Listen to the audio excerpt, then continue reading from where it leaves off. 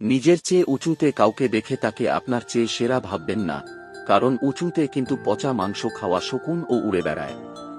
কেউ যদি হিংসা করে করতে দাও, মনে রেখো হিংসা তারাই করে যাদের যোগ্যতা কম।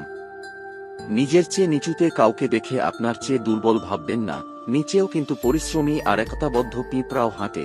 তাই অবস্থান দেখে কাউকে বিবেচনা না করে বরং স্থানে নিজেকে সেরা হিসেবে প্রতিষ্ঠিত করার চেষ্টা করুন।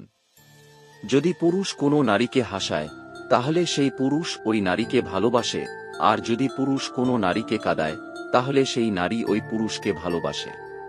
পুরুষ সব সময় নারীর কাছে রহস্যময় হলেও পুরুষের একটি বৈশিষ্ট্য হল, পুরুষকে যা দেবে সে তার দ্বিগুণ ফিরিয়ে দেবে, হোক সেটা ভালোবাসা কিংবা অবহেলা। বেঈমান কখনো কাঁদে না, আর স্বার্থপর কখনো স্মৃতি মনে রাখে না। কেউ যদি তোমাকে অবহেলা করে, দোষ তার নয়, দোষ তোমার, কারণ তুমি নিজেকে তার কাছে বেশি আশা করে ফেলেছ। যে ধোঁকা দেয় সে চালাক হতে পারে, তবে যে ধোঁকা খায় সে বোকা নয়, সে বিশ্বাসী।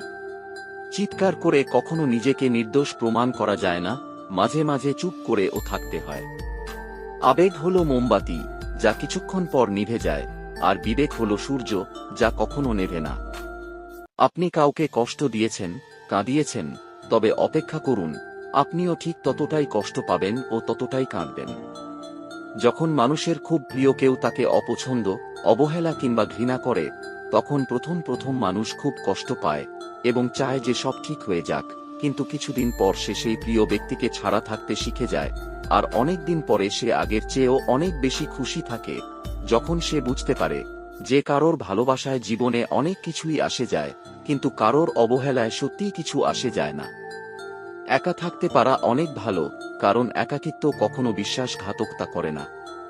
কিছু মানুষ কোনোদিনও কারোর প্রিয় হতে পারে না, তারা ভাড়া বাড়ির মতো পর হয়েই থাকে। ভিডিওটি ভালো লাগলে লাইক দিবেন, আর এই রকম ভিডিও দেখতে হলে চ্যানেলটি অবশ্যই সাবস্ক্রাইব করবেন। ধন্যবাদ।